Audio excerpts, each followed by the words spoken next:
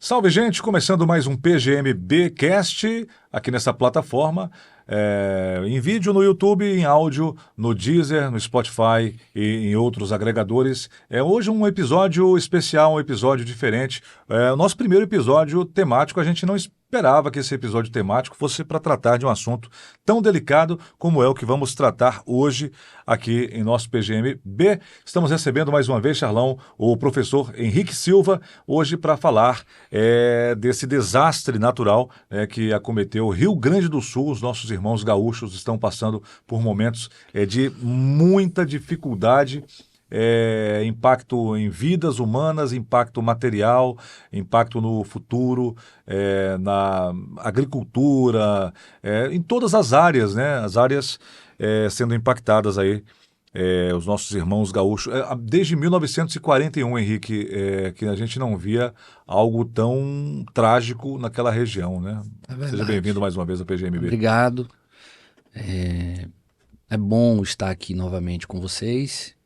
Infelizmente não por uma causa tão louvável, mas compreendemos que o que tem ocorrido, você bem citou, há 83 anos atrás, esse fato ele se repete, né? Agora. Então, é o pior, né, momento, talvez seja aí a maior tragédia da história do Rio Grande do Sul.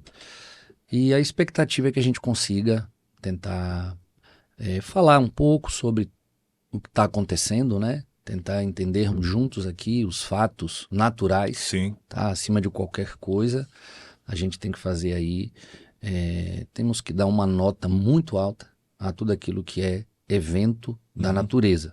Sim. Tá? Então acho que o que a gente vai tentar focar bastante aqui hoje será nesse ponto. Perfeito. A gente colocou na chamada o que causou a tragédia no Rio Grande do Sul. Nós vivemos a era da comunicação, da informação. Eu sempre afirmo isso, porque eu acho muito importante.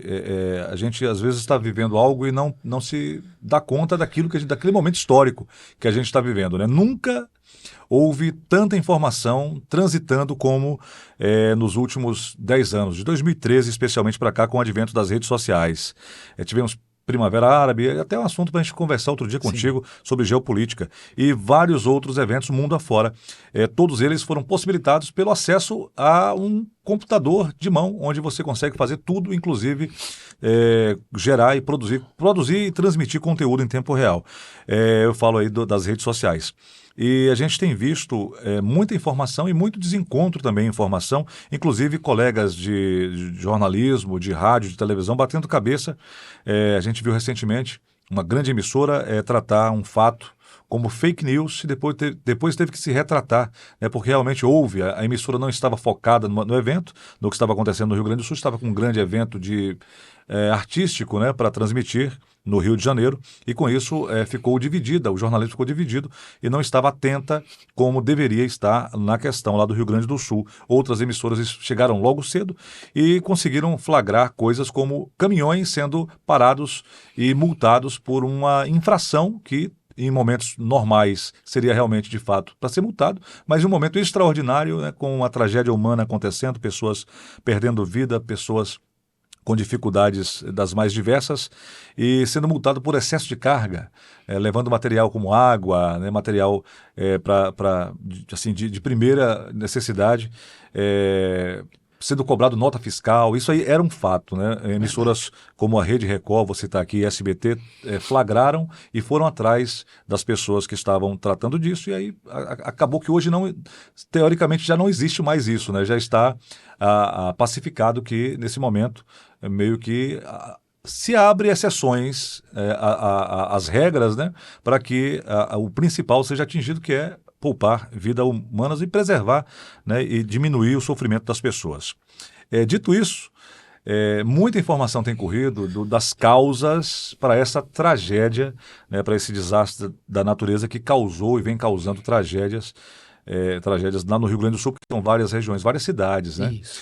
Então, a pergunta, Henrique, para a gente começar, o que causou a tragédia no Rio Grande do Sul? Ok.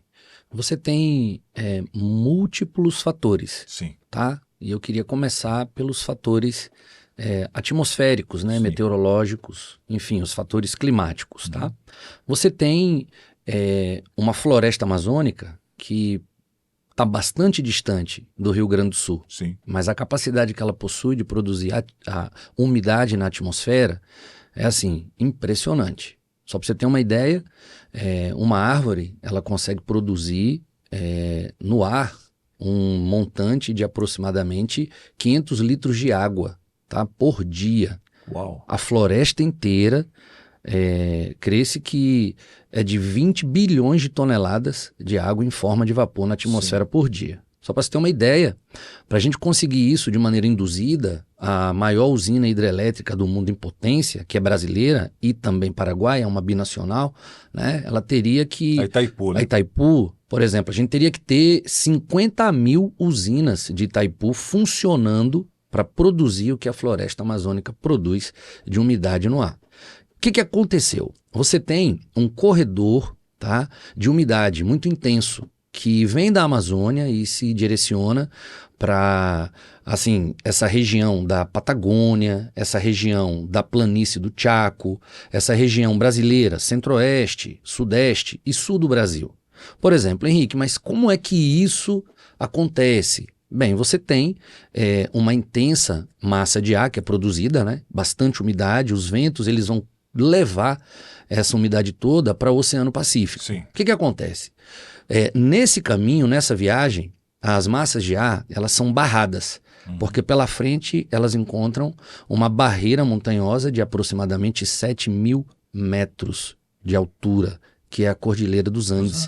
Então a cordilheira ela faz um papel bastante relevante, porque ela faz com que uma curva desses ventos desça para o centro-oeste brasileiro, para o sudeste e para o sul do Brasil. Só uma coisinha, a massa a partir de que oceano aí? Então, primeiro você tem o Oceano Atlântico, que produz bastante umidade na atmosfera.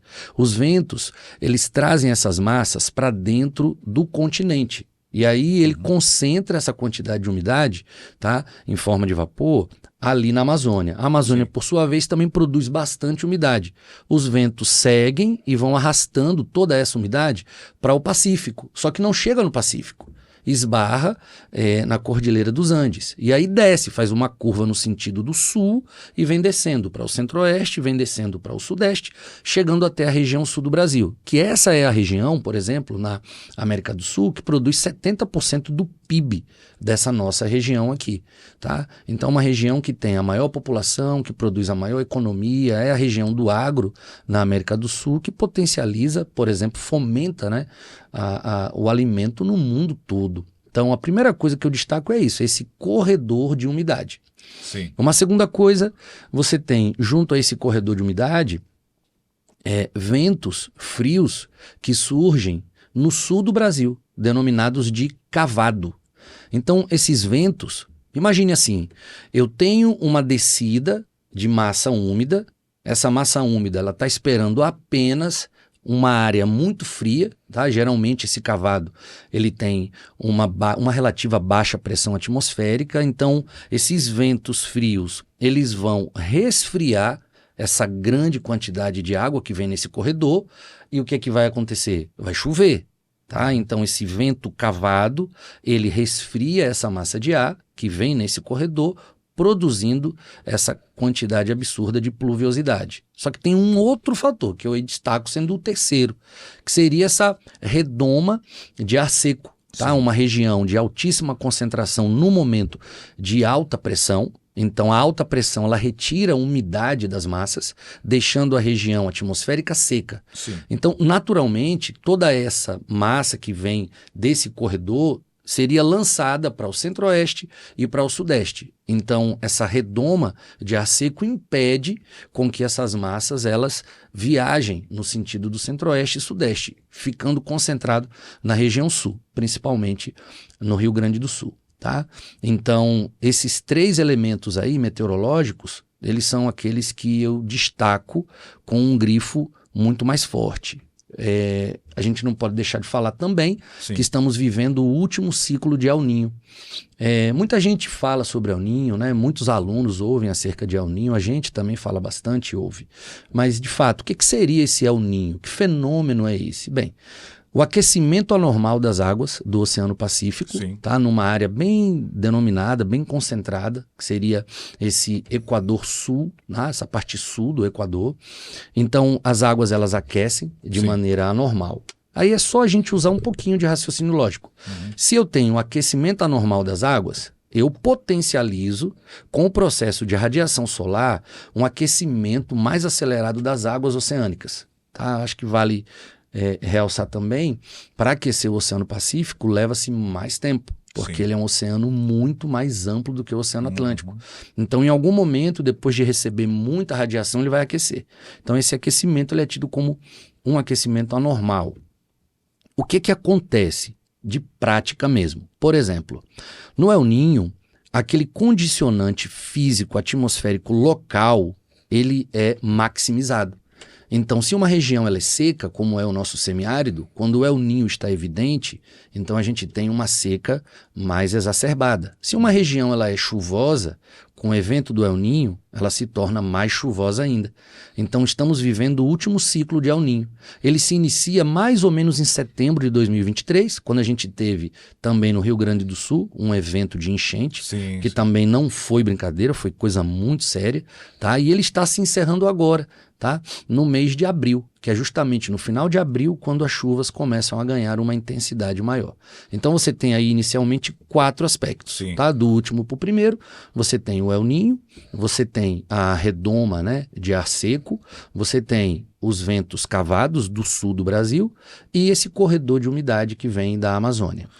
Então a gente teve o que se chama de tempestade perfeita, né? São vários aspectos, né? Várias coisas que aconteceram, e parece que de uma vez só, né, ao mesmo tempo, e que causou algo que, como você já frisou, a gente só tinha visto há 80, se tem relatos de 83 anos atrás, né, 1941. Isso mesmo. Só essa massa, ela passa por todo esse caminho, mas ela encontra ali naquela região sul, digamos assim, o clima correto para se precipitar isso. Ele faz uma trajetória grande, mas não consegue, a água não precipita e ali no Rio Grande do Sul ele encontra o clima perfeito. Seria isso? Então, no caso ele encontra, Charles, o evento atmosférico perfeito. Isso. Tá? A gente chama essa migração, tá, de umidade intensa de rios voadores. Então a gente tem na atmosfera um deslocamento absurdo, né? Então, para que ocorra a pluviosidade, para que de fato chova, eu preciso resfriar, né? Arrefecer essas massas. Então esse resfriamento ele foi acontecer no Rio Grande do Sul. É possível que aconteça em outros espaços e ocorre eventualmente, só que as estações do ano elas têm um papel relevante para isso ocorrer. Por exemplo, o Centro-Oeste ele tem chuva, mas essa chuva, essa umidade maior, ela se dá no verão, não é no inverno. E como o Brasil é um país predominantemente tropical, a gente tem um clima que ele é quente e úmido. Verões chuvosos, tá? E invernos naturalmente secos. Então eu estou falando aí dessa parte mais ao norte do Sudeste, completamente o Centro-Oeste.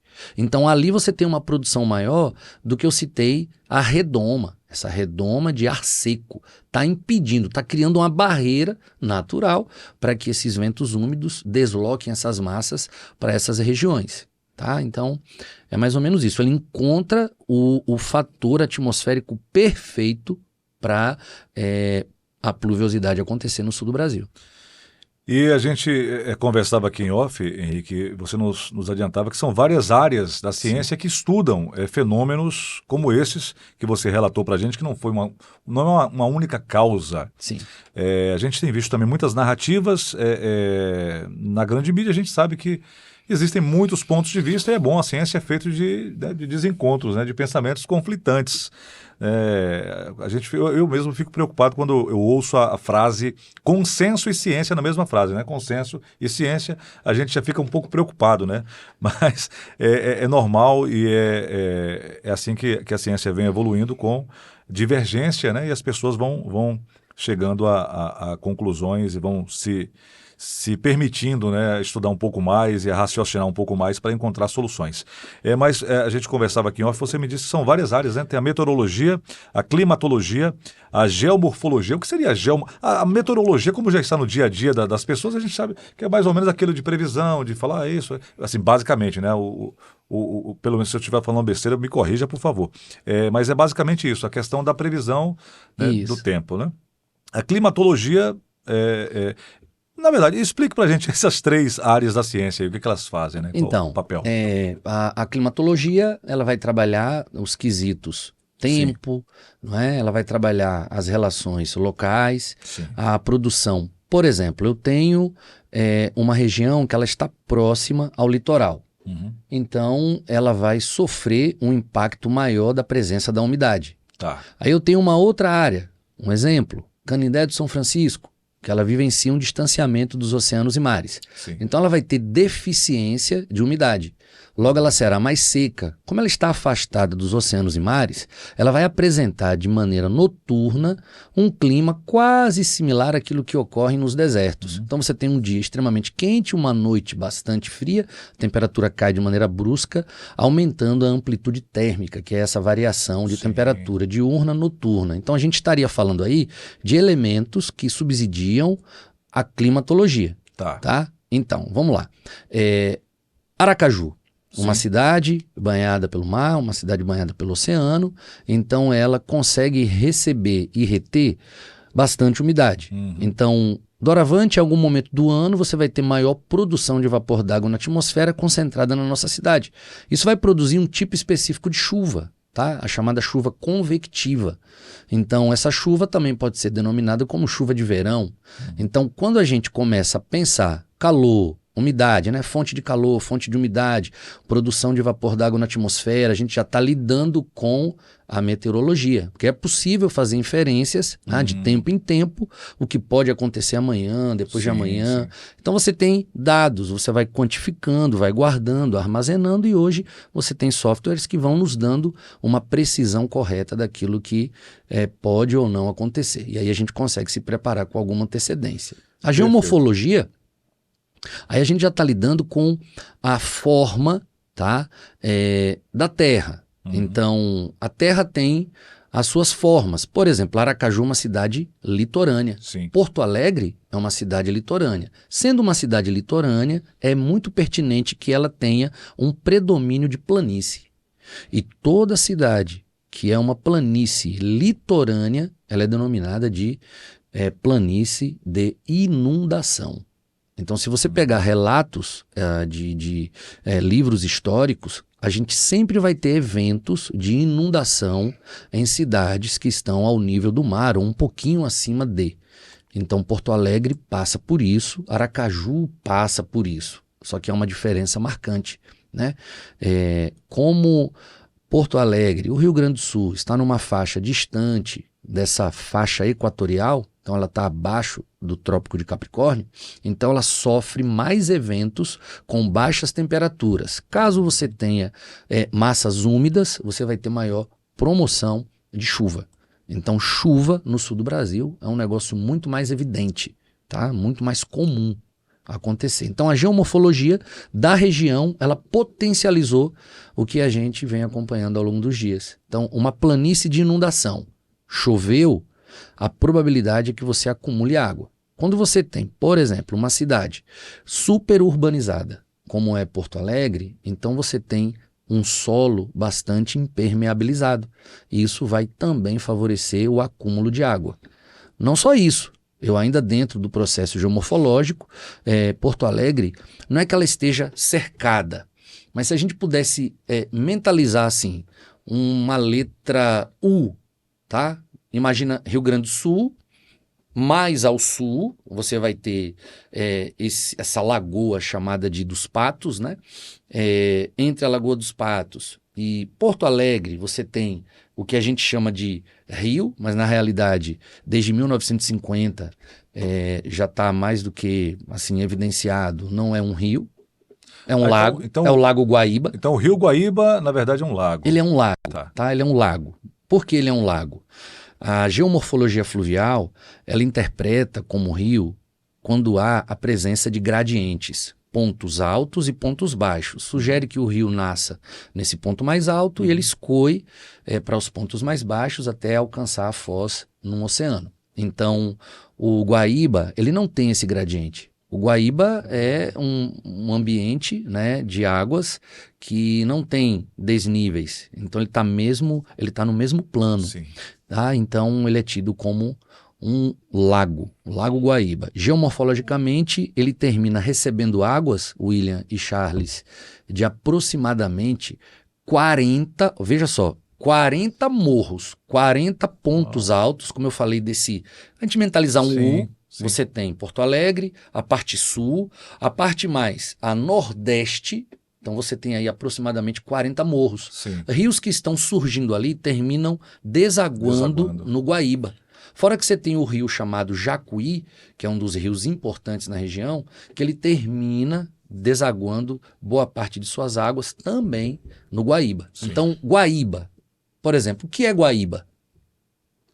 O que seria Guaíba? Porque assim, parece indígena, né? É indígena, é Tupi-Guarani. Sim. Seria um encontro das águas. Tá. Mas o encontro de quais águas? São águas que você vem do rio Gravataí, do rio Jacuí. Então, essas águas elas vão se encontrando nessa região central. Então, isso é um ponto também de dificuldade de escoamento de água, que a gente trata daqui a pouquinho também. Ok.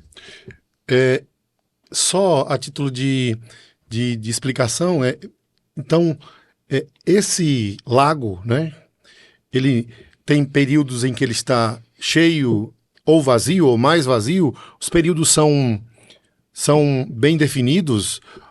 Combinou também o período em que estava mais cheio, ou ele precisa de que as águas dessa região também aumente para que desça, foram as chuvas, que já aumentou o nível, ou ele tem um período de cheia, outro não? Ô Charles, geralmente quando as chuvas elas caem, naturalmente você já eleva nível de rio, nível de lago, nível dos oceanos. Eu falo isso porque aqui, como você falou, né, quando a gente recebe muitas chuvas, isso. Se o nosso rio estiver cheio, a gente recebe um volume de água maior, percebe, né? Certo. Um volume de água muito maior e as ruas, elas enchem com muita mais facilidade. Perfeito. Eu não sei se vocês já perceberam, né? Às vezes o céu está extremamente azul, não há uma única nuvem na atmosfera e às vezes passeando ali pela nossa Arena Batistão, naqueles arredores, Sim. tem um canal.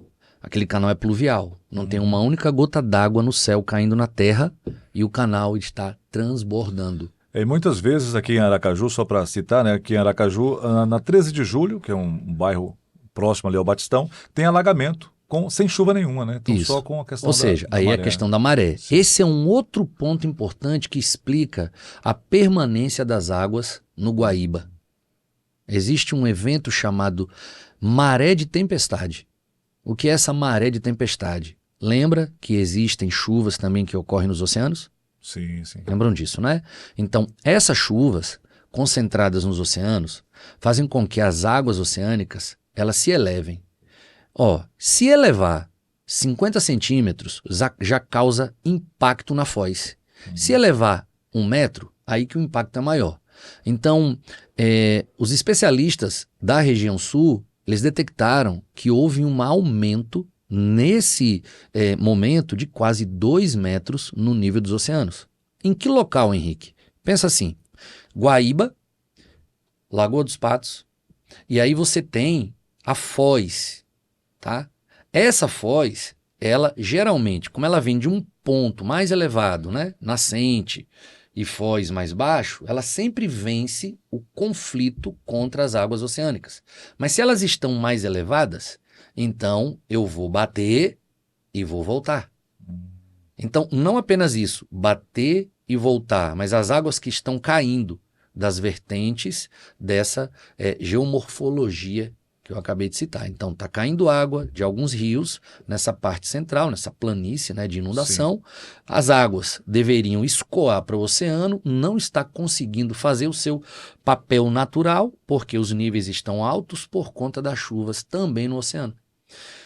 Em 1941, os especialistas eles detectaram que aproximadamente 32 dias para vazão e nível do Guaíba voltar à normalidade. É triste ter que dizer o que eu vou falar agora, tá? Então, a mesma escola meteorológica, climatológica, ela conclui que nos níveis tão altos de recebimento de água e desse aumento das águas no oceano, na região ali do Rio Grande do Sul, eles vão levar aproximadamente 50 dias para que essas águas elas voltem à normalidade. Uau. Veja, em 41, o nível superou 4 metros. Sim. Henrique, cara, tu tá falando 4 metros, então imaginar que uma casa que seja térrea, ela não tem 4 metros, então inundou tudo. Mas não é bem assim. Você tem um nível suportável, tá bom, de elevação das águas no Guaíba. É como se eu tivesse uma escada. Então o Guaíba tá no térreo, tá? Começou a entrar água. Porto Alegre não está no térreo. Porto Alegre estaria no primeiro andar. Então, do térreo até o primeiro andar, se a gente pensar numa escada, primeiro degrau, elevou aqui o nível, mas não inundou Porto Alegre. Então, o nível considerável que o Guaíba suporta de aumento, tá, com a chegada das águas, é de aproximadamente uns 2,5 a 3 metros. Então, quando esse nível ele sobe desse momento aqui que ela suporta um aumento, porque o Guaíba está abaixo da cidade, o que acontece? Aí a cidade ela sofre esse impacto maior. Em 41, ela avança 4 metros. Agora, 5,33 metros. É como se fosse assim, 3 metros eu suporto, não causo dano. Uhum. Agora, acima disso, 2,33 metros. Isso é capaz de cobrir uma casa. Por isso que as imagens que a gente viu e que nos choca bastante é de casas com água tomando até o telhado. Tá? Pessoas em cima do telhado. Justamente. Você vê, Henrique, 5,33 dá para cobrir 2 casas, entendeu? Se fosse de térreo e primeiro andar. Sim. Mas não é isso. Uma coisa é o que o rio suporta, outra coisa é o excedente, o que ele não suporta mais. Então extravasou a sua capacidade de recebimento de água. Henrique, a gente fala muito sobre medidas, né? Ações. Existem ações que são possíveis de serem tomadas para que evite ou para que não venha a ocorrer como aconteceu em 1941 e em 2024. É possível, você falou, assim, acho que para a gente está ficando um pouco claro, né? Aracaju, por ser também uma cidade litorânea e por ser também uma cidade, como você falou, de que a água entra de alagação, né? Aracaju, sim, as pessoas mais velhas falam que eu tomava banho aqui em tal lugar, que é tal bairro. Então foram bairros que foram sofreu aquele processo, né, de terraplanagem, né, de serem tal, para construção.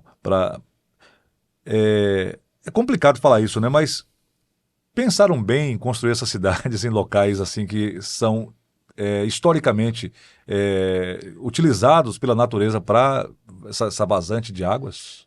Então, William, Charles, é natural que quando uma civilização ela surja, as pessoas elas correm em busca de água. Uhum, não dá para imaginar uma civilização sem água. Distante de água. Sim. Por exemplo, é a água que atrai as pessoas. A água ela transforma o modo de vida, tá, das pessoas. O homem ele deixou de ser um ser nômade para se transformar em um ser sedentário, porque ele passa até água.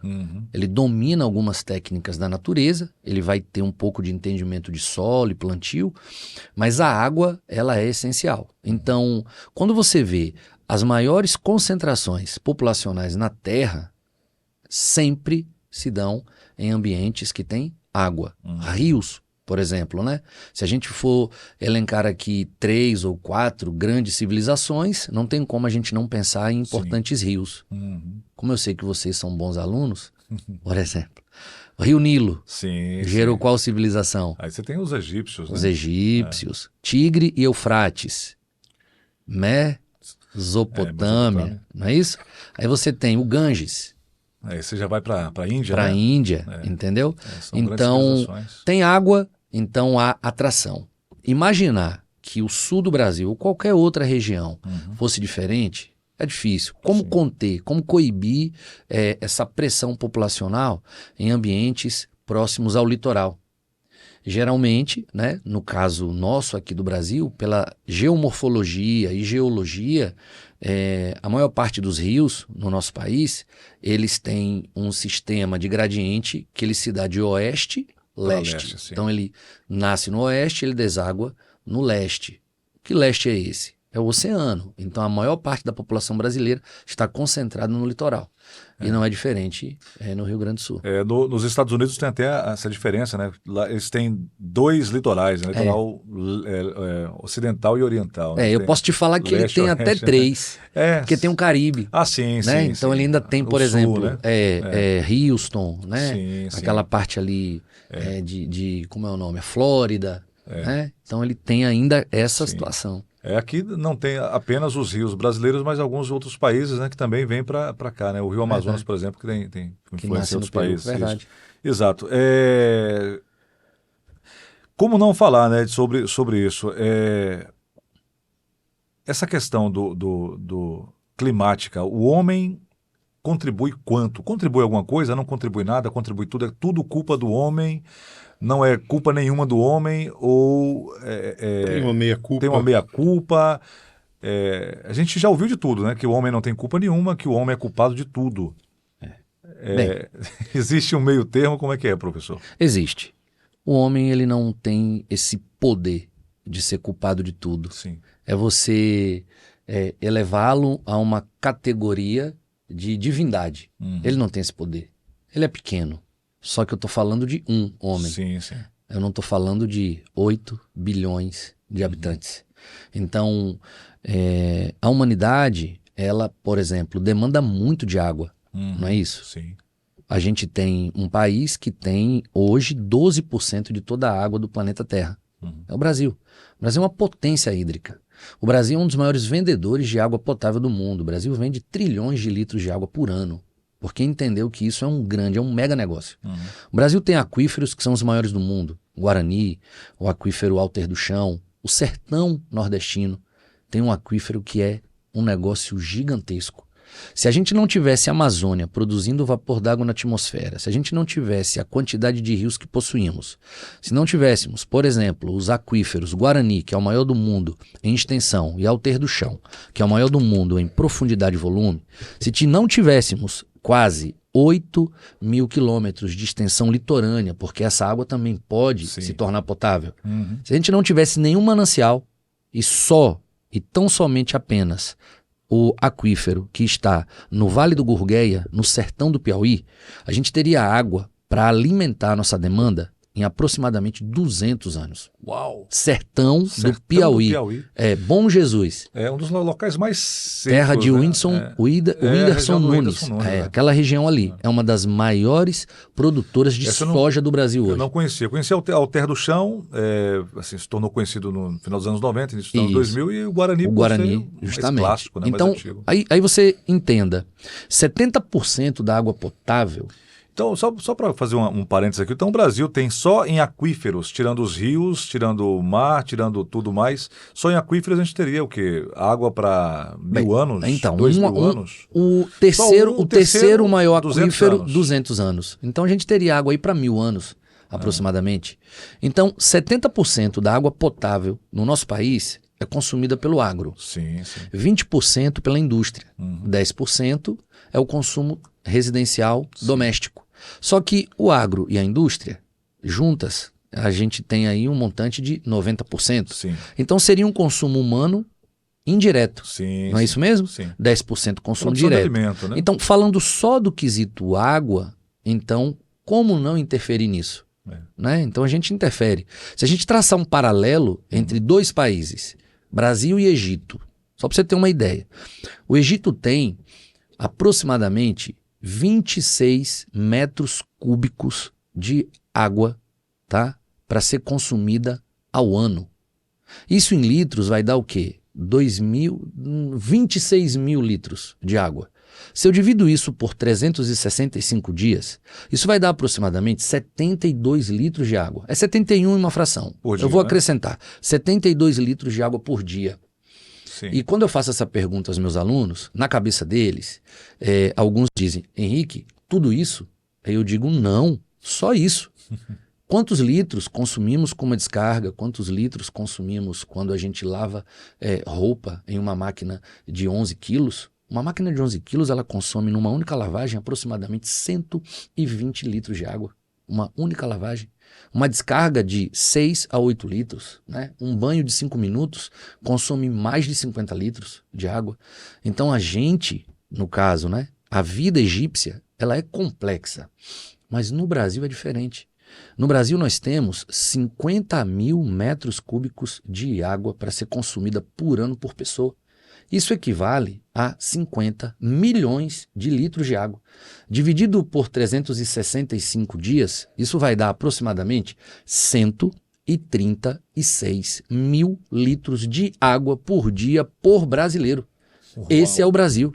O Brasil tem água em excesso. Por isso o Brasil é um dos maiores vendedores de água potável do mundo. Por isso tanto interesse no Brasil também, que é um assunto para um outro dia, né? Para falar sobre Muito. geopolítica. Então, atendendo a sua Sim. pergunta, William e Charles, o homem, ele tem poder sim. Sim.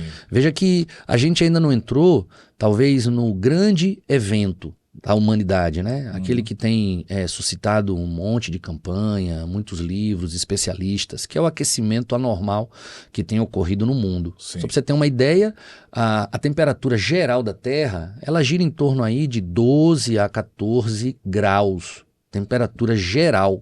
Qualquer coisa acima disso já causa alguma anomalia. A prova disso é o próprio El Niño. Sim. O oceano aquece de maneira natural, de forma anormal, então ele já causa as suas anomalias. E imaginar que ele não exista, ele existe, tá?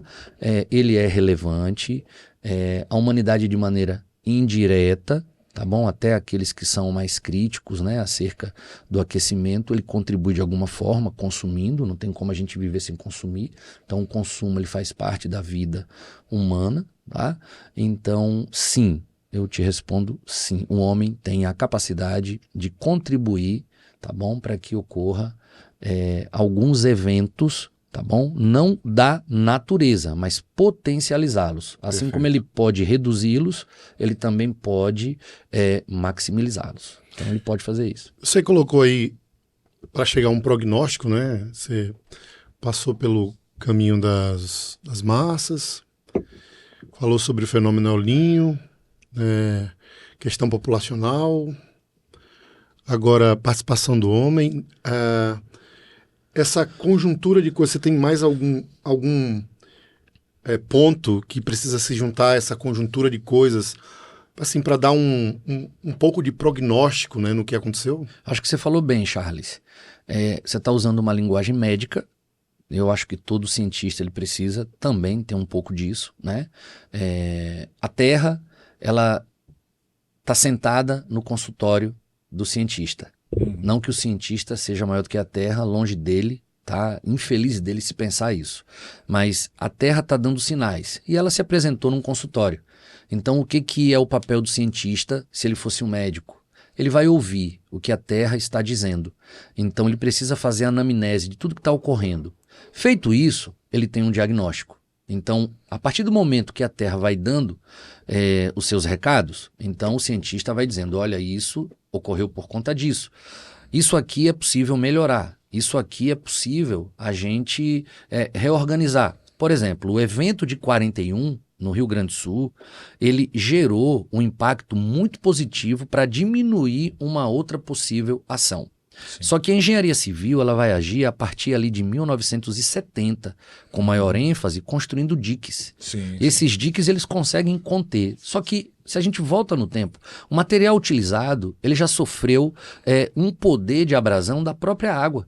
Então é possível que esses diques tenham algumas fissuras, rachaduras e que eles tiveram, né, obviamente ao longo do tempo, necessidades e demandas de você reestruturá-los, utilizar novas técnicas, sei lá, viagem, conhecer os Países Baixos, entendeu? Como é que esses países ainda existem e não estão 100% inundados?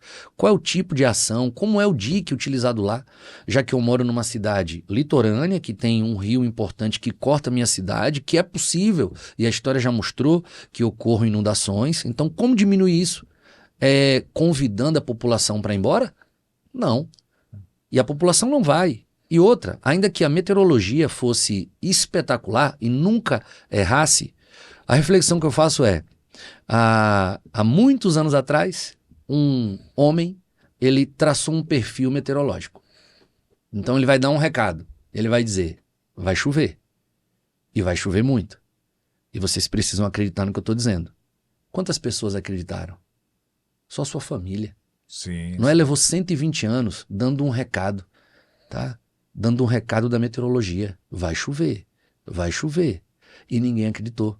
Então, refletindo, se alguém dissesse, daqui a 10 dias vai cair uma chuva tal em Aracaju, que vai inundar tudo, quem vai acreditar e ir embora e deixar sua casa, seus bens, seu patrimônio? Então, não é tão simples assim. Sim.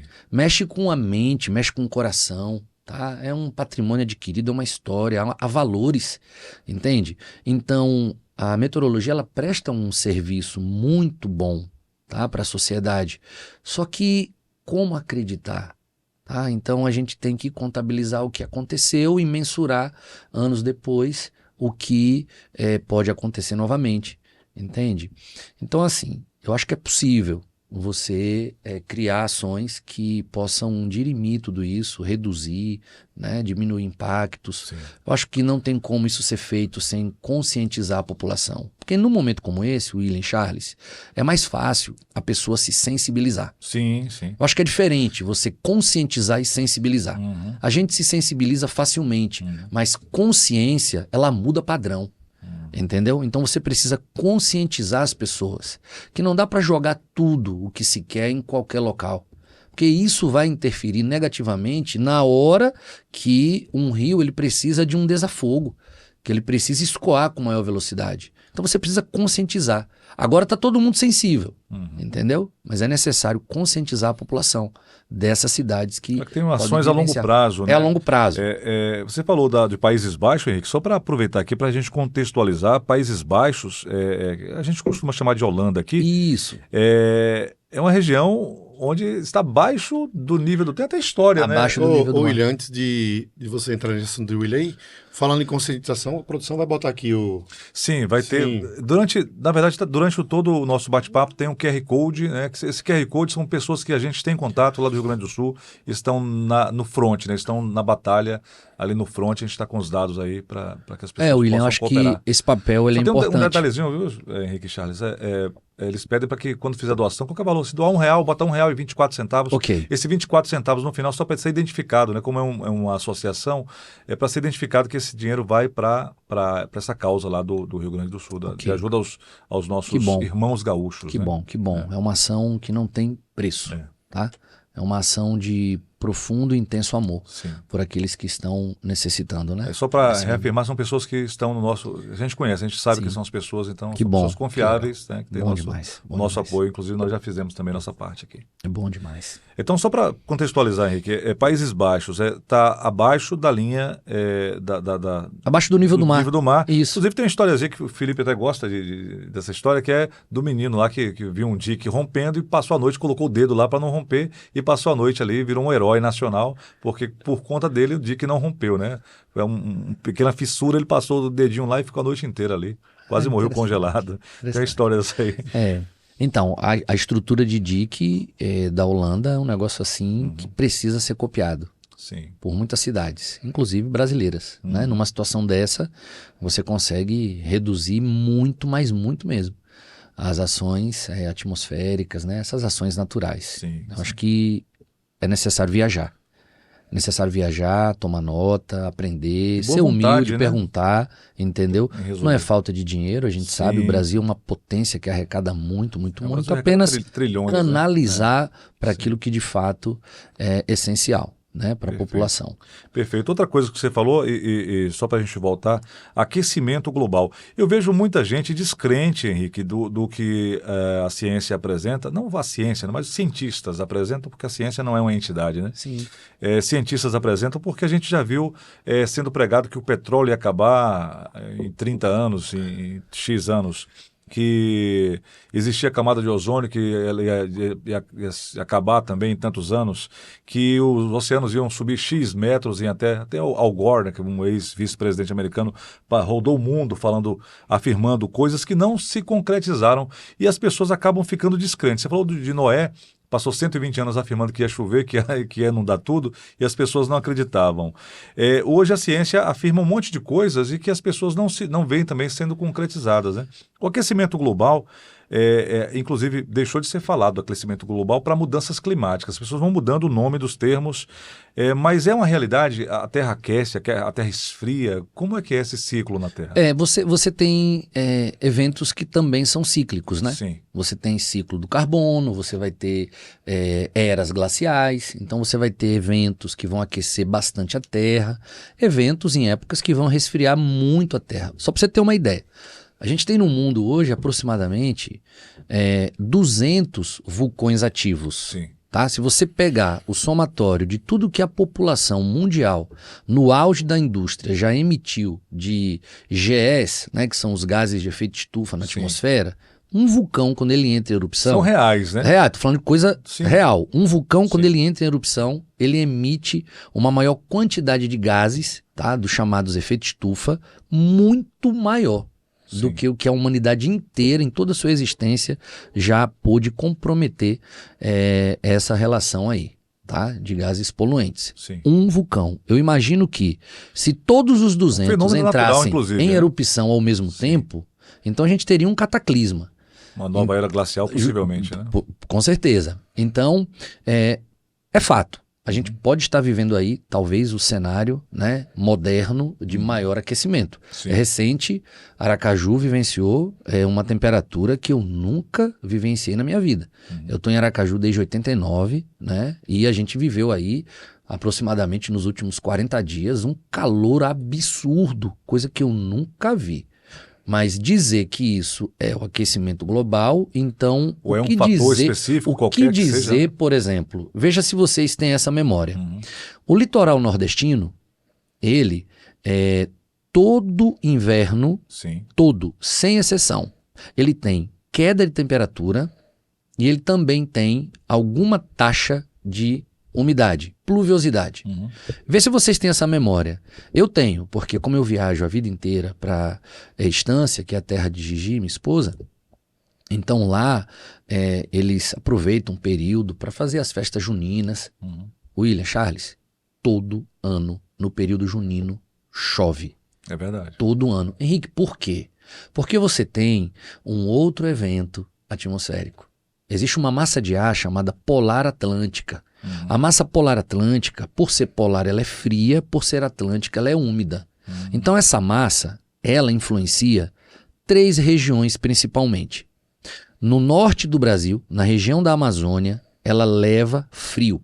Tanto é que isso é fenomenal. É o fenômeno da friagem.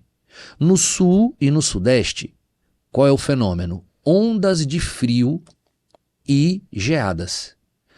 Eu não sei se eu falei que tinha uma coisa que eu queria falar, mas que não era tão boa. Sim. Lembra que eu disse que a previsão é de que essas águas elas voltem à normalidade em aproximadamente 50 dias? 50 dias, sim. Se a gente contar hoje é dia 8 de maio, até o dia 21 de junho, veja aí a conta que vai dar. Aproximadamente 40 dias. No período do frio. Daqui a 40 dias, Começa o a gente inverno. vai ter o inverno, dia 21 de junho. O que o Sul recebe? Polar Atlântica. O que ela traz? Frio, ondas de frio e geada. Com o povo desabrigado. Com tudo que está acontecendo agora, o Rio Grande do Sul ainda não está vivendo a fase mais severa de baixíssima temperatura. Então, isso está por vir. Essa mesma polar atlântica que traz chuvas frontais para Aracaju, para o Nordeste litorâneo. Sim. Então, se ela tem o poder de chegar aqui no Nordeste, no litoral, imagina o que ela não é capaz de fazer no sul do Brasil. Como o Charles falou, diagnóstico e prognóstico. O prognóstico não é dos mais favoráveis também, né?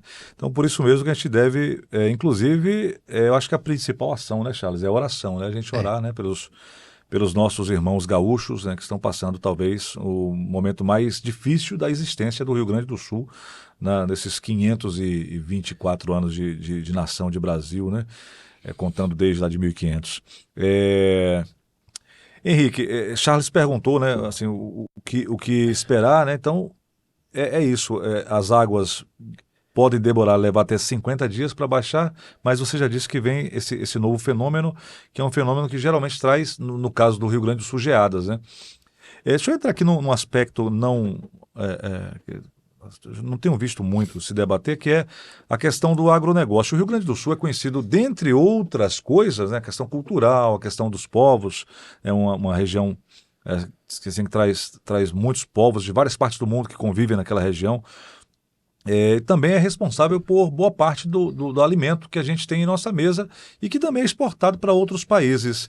Dentre esses alimentos, os grãos, né? Se eu não me engano, cerca de 70% do arroz consumido no Brasil vem do Rio Grande do Sul, já que a Roraima já não existe mais aquele plantio de arroz em Roraima por questões outras que não vêm ao caso agora, mas o Rio Grande do Sul é responsável por 70% e a gente viu recentemente na cobertura que a mídia e também que os canais independentes, redes sociais e pessoas anônimas têm postado, é que praticamente todo o arroz que já estava pronto para ser colhido, já estava, né, naquele momento de colheita, ele foi perdido, né? Então, assim, a gente tem um outro problema que pode ser bem grave, que é a questão também da fome, né? Bem, você está sendo generoso quando diz Sim. Pode ser, Sim. né? Acho que esse é um papel que a ciência, às vezes, ela é bastante dura, porque ela é fria, ela é técnica e ela é mecânica. Economicamente, não tem para onde correr. A tendência é de que os preços eles sofram aí de uma inflação importante. Sim. Então, o Especialmente preço alimentos, grãos. nessa região, e essa sendo a região que produz assim elementos importantes, né, do agronegócio e que é distribuído para o Brasil, por exemplo, produção de suíno, Sim, é muito carnes, intensa, carne, proteína, galináceo, né? Então, tudo isso, Soja por exemplo, também. a indústria dos laticínios, Sim, muito forte. você teve que jogar fora barris de leite, porque não tinha indústria para recebê-los. Entendeu? Então, se você não tem leite, como a indústria dos laticínios funcionarão? Não vai funcionar. Como é que você vai pagar funcionário? Se você não conseguiu produzir do leite os subprodutos do mesmo. Então, você vai ter uma cadeira aí produtiva, uma cadeia, né, produtiva, que ela vai sofrer um impacto econômico muito grande, né? E toda vez que há impacto econômico, também há impacto social. Então a sociedade ela tende a sofrer um pouco em relação à falta do recurso econômico. Faltando recurso econômico, você também não vai ter o que consumir, você vai ter uma deficiência importante e também você não vai ter como produzir. É nesse cenário que instituições financeiras elas precisam de liberar crédito para o produtor. Você não pode se fechar nesse momento. Esse é um momento de mútua ajuda em todos os sentidos.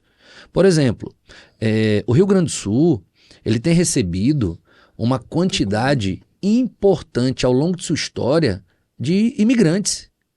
Então, se a gente começar a citar a quantidade de imigrantes, né, por países que o Rio Grande do Sul tem, gente, esses países precisam voltar agora e ajudar também o Rio Grande do Sul.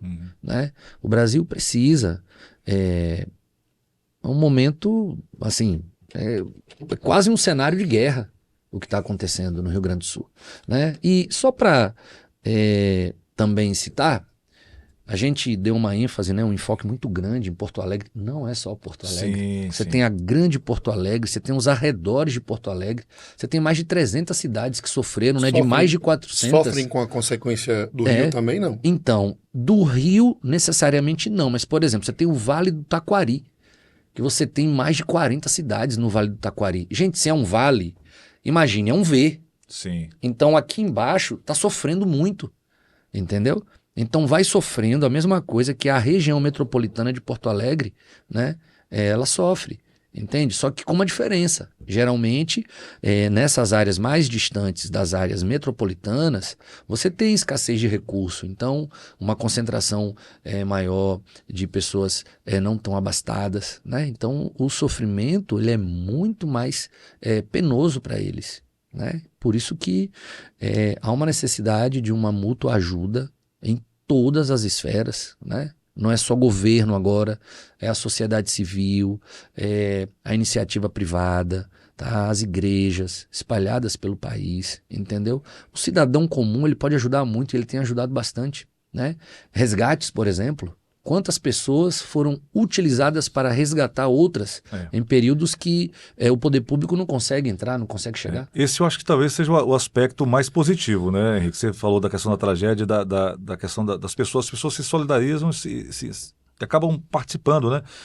A gente tem visto que as pessoas têm arregaçado as mangas, né? Pessoas não só do Rio Grande do Sul, nem só do Sul, mas de outras regiões do Brasil que estão indo, e pessoas até do Nordeste, do Sim. Norte, que estão lá no Rio Grande do Sul, assim, dedicando seu tempo, sua vida naquele momento ali para ajudar de fato, né? Para cooperar ali com as pessoas. Pessoas, inclusive, que disponibilizaram seus materiais, Tudo, né? né? Foram jet ski, Sim, lanchas, Verdade. barcos, É verdade. A gente tem visto artistas também, personalidades, né? Pessoas que poderiam estar assim, só usando a sua influência, mas não estão disponibilizando também tempo e dinheiro Sim, e sim. seus equipamentos, né? Sim. Isso talvez seja o ponto positivo em toda essa tragédia, em toda essa dor, né? É verdade. É nessa hora que a gente, assim, tendencioso a pensar quem muito tem, ajuda mais. Uhum. Só que se a gente for contabilizar os muitos que Sim, têm, sim. não são tantos. É verdade. Então, aqueles que menos têm, como são a maioria, eles terminam fazendo um papel também muito importante. Então, é uma somatória. Os que muito têm, tá? E os que são a maioria, aquilo que ele tem Sim. é importante fazer. E, às vezes, o que se tem é boa vontade, é coração, é espírito, é alma, entendeu? Isso também é importante. Porque, Muito por exemplo, importante. você abrigar alguém na sua casa que não foi atingida. No momento desse que as pessoas perderam suas casas, um abrigo. Gente, isso é importantíssimo, né? A gente vê o melhor e o pior do ser humano, porque a gente também tem visto, Henrique, pessoas praticando atos, né, de criminosos, né, e aproveitando para invadir residências, para tirar o pouco que sobrou, né? É verdade. Então a gente consegue ver esses dois lados, né? O melhor do ser humano, né, que é o mais parecido com Cristo, né, e o pior também, né, do ser humano nesse momento. Então, Henrique, a gente já chegando aqui, caminhando para o final, você quer acrescentar mais alguma coisa? Não, por hora, eu acho que a gente conseguiu fazer um Porque eu vou bom só... resumo, né, Sim. de tudo que eu aconteceu. mesmo confesso que eu não sabia nada. Não, porque a gente tem muita informação. Exatamente. Né? Muita informação. Essa informação é descentralizada, o que é legal, mas também é muito ruim, porque a gente ouve muita coisa com ruído, né? Sim. E assim, muita gente afirmando coisas com a absoluta assim, não, a culpa é da água, a culpa é do tal, a culpa é de tal, a culpa é do homem, a culpa é disso. E como eu falei, assim, as pessoas têm ouvido tantas coisas que acabam perdendo a fé naquilo que tem sido dito. Principalmente a gente vive uma crise de confiança na imprensa, o que é muito ruim, né? Porque a imprensa, historicamente, tem sido, assim, deveria ser aquela que vigia o poder, né? O que são os três poderes, no caso de uma república, que é o poder judiciário, executivo e legislativo. Mas, infelizmente, a nossa imprensa hoje sofre muito com essa questão de confiança por parte de uma boa parcela da população. Então, deixa eu reformular aqui a pergunta, Henrique, para a gente. É a pergunta, inclusive, da nossa chamada. O que causou a tragédia no Rio Grande do Sul? Tem um fator, são vários fatores, só para a gente amarrar aqui esse nosso episódio especial. Ok. Um misto de eventos atmosféricos, tá bom? Sim. Um corredor de umidade somado a um sistema atmosférico de nome cavado, que tem uma relativa baixa pressão, que produz um tanto quanto ventos frios. Sim. Ventos frios com umidade em excesso é igual a chuva. Bem, esses ventos frios, eles são capazes de mandar para fora do sul do Brasil toda essa umidade. Mas por que não conseguiu? Por conta dessa redoma de ar seco, tá? Que é uma região onde há uma concentração de alta pressão atmosférica. Sim. Na alta pressão eu retiro umidade, eu estou estacionado e não deixo passar nada. Então o sul do Brasil, ele recebeu e permaneceu. Ele não liberou essa quantidade expressiva de massa de ar. Eu somo isso à condição geomorfológica, você tem uma planície de inundação, então você tem uma área mais receptora, tá? Esse Lago Guaíba, Sim. e Guaíba no Que é chamado, Tupi-Guarani. é chamado de Rio Guaíba, né? Popularmente. Rio Guaíba, justo. Então esse Lago Guaíba, ele recebe essas águas de outros rios, tá? Cujo suas vertentes, elas desembocam dentro do Guaíba. O Sim. Guaíba libera suas águas para Lagoa dos Patos. Essa lagoa, ela libera suas águas para o oceano. Só que o oceano também está vivenciando a chamada maré de tempestade. Seus níveis estão mais altos. Por qual motivo? Porque também choveu no oceano. Então, a Lagoa dos Patos não consegue devolver essas águas para os oceanos. Então, você tem meio que um bate e volta. É água que chega no Guaíba, que passa na Lagoa dos Patos e que deveria chegar no oceano, não chega por conta da altura, tá, das águas oceânicas, então ela volta. Então você fica um balanço aí, né, hídrico, Sim. vai para lá, vem para cá. Enquanto isso, se você continua recebendo água, se continuar chovendo, então você retarda esse esvaziamento, né, das águas do Guaíba, que tem gerado grandes problemas em Porto Alegre. Então o que a gente pode fazer é orar, né? Pedir a Deus que tudo isso cesse e que as pessoas possam voltar a retomar suas vidas, né? Lamentar, se entristecer pelas pessoas que perderam entes queridos, né? Pelas pessoas que perderam suas vidas e os familiares que perderam seus entes queridos. É lamentável, é irreparável, né? Uma vida humana perdida. Sim. E cada um cooperar da forma que pode, né, Henrique? Quem pode mais, se puder, claro, cooperar mais é muito bom, mas quem não pode, pode cooperar de alguma forma. A gente deixou durante todo o nosso episódio especial um QR Code, que é, como a gente já falou, de amigos, de irmãos que nós conhecemos e temos contatos lá no Rio Grande do Sul, que estão ligados diretamente nesse socorro, né, às vítimas desse desastre natural que se tem se transformou nessa tragédia humana também no Rio Grande do Sul, né, Charlão? Verdade. É isso aí, acreditamos que esse momento aqui possa ter contribuído com muitos para também sensibilizá-los, né? Sim, sim.